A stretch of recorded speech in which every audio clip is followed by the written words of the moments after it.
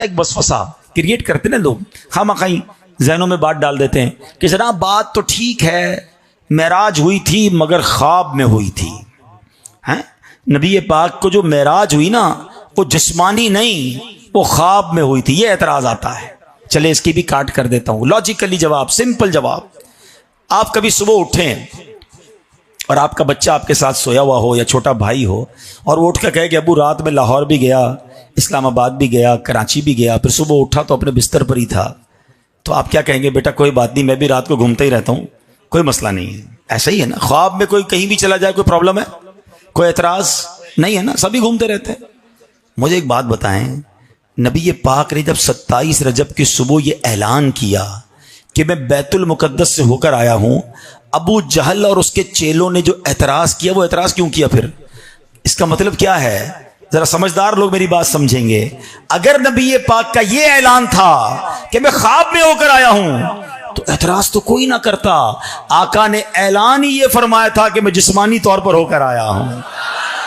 بات سمجھ آ رہی ہے؟ یہ اعتراض کرنا، یہ جھگڑا بننا، یہ آرگیومنٹ ہونا بتا رہا ہے کہ میرے آقا کا دعویٰ یہی تھا، نبی پاک کا اناؤنسمنٹ یہی تھا کہ میں جسمانی طور پر بیت المقدس ہو کر آیا ہوں. تو سبحان اللہ، ہمارا جو عقیدہ ہے وہ بالکل درست ہے کہ رب نے اپنے حبیب کو ان کے جسم اقدس کے ساتھ، روح مقدس کے ساتھ سبحان اللہ یہ سیر کروائی ہے. اللہ جو چاہے، ان اللہ علی کل شیء قدیر، ہمیں اس کی قدرت پر یقین ہے. اچھا جناب، یہ تو بات کلیئر ہو گئی. اب آؤ، ان کفار سے صبر نہیں آیا نا ان کو، کہا اچھا آپ واقعی ہو کر آئیں؟ کہا ہو کر آئیں. اچھا یہ بھی انہیں پتا تھا کہ یہ کبھی بیت المقدس گئے نہیں ہیں، نبی پاک کبھی جسمانی طور پر بیت المقدس نہیں گئے، انہیں معلوم تھا. تو انہوں نے کہا اچھا ایک بات بتائیں، آپ رات گئے؟ فرمایا ہاں میں گیا. کہا اچھا ہم آپ سے کچھ سوال کرنا چاہتے ہیں. کہو. کہا یہ بتائیں بیت المقدس کی مثال دے رہا ہوں، کتنے پلرز ہیں، اس کی دیواریں کیسی ہیں؟ کیونکہ ان کو یہ پتا تھا کہ کبھی گئے تو نہیں ہیں، اگر یہ واقعی گئے تو بتا دیں گے.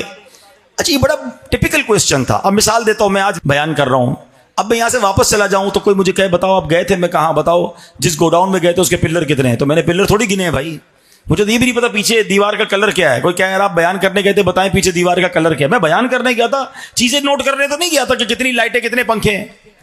اب نبی پاک سے بڑا عجیب سوال انہوں نے کیا کہ آپ واقعی گئے تھے؟ کہاں. تو بتائیے اس کی دیواریں کیسی ہیں، اس کی محرابیں کیسی ہیں. اب انہوں نے نبی پاک کو ایک طرح سے معاذ اللہ جھوٹا ثابت کرنے کے لیے عجیب عجیب سوال کرنے شروع کر دیے، مگر انہیں معلوم نہیں تھا وہ بات کس سے کر رہے ہیں. وہ رب کے حبیب ہیں جن کے سبب کائنات بنی ہے. اللہ اکبر. اب دیکھو اس دن کیا ہوا. اللہ کریم نے اپنے محبوب کے سامنے، ہم کہتے ہیں نا ڈیجیٹلی، جناب آج کل جو ہے وہ کمپیوٹر کے ذریعے بہت ساری چیزیں ہم دیکھ سکتے ہیں، انٹرنیٹ کا زمانہ ہے. 1450 سال پہلے میرے رب نے اپنے حبیب کے سامنے بیت المقدس کو پیش کر دیا. آقا کی نظروں کے سامنے بیت المقدس آ گیا. نبی پاک نے فرمایا پوچھو کیا پوچھتے ہو. وہ پوچھتے جاتے، میرے آقا دیکھتے جاتے بتاتے جاتے. وہ پوچھتے جاتے، میرے آقا بتاتے جاتے. وہ حیران ہو گئے کہ یہ کبھی بھی نہیں گئے لیکن ایک ایک چیز بتا رہے ہیں، ہر چیز انہیں معلوم ہے. اللہ اکبر. ذرا سوچئے میرے پیارے اسلامی بھائیوں، یہ شان ہے میرے آقا کی، اور یہ ایک ایسا معجزہ ہے جو رہتی دنیا کے لیے، صبح قیامت کے لیے سائنس کتنی بھی ترقی کر جائے اس کو یہ جواب ہے کہ اللہ نے اپنے حبیب کو ایک ایسا معجزہ کروایا جس کے آگے سائنس بھی عاجز ہے. اللہ نے وہ کمالات ہمارے آقا کو عطا فرمائے.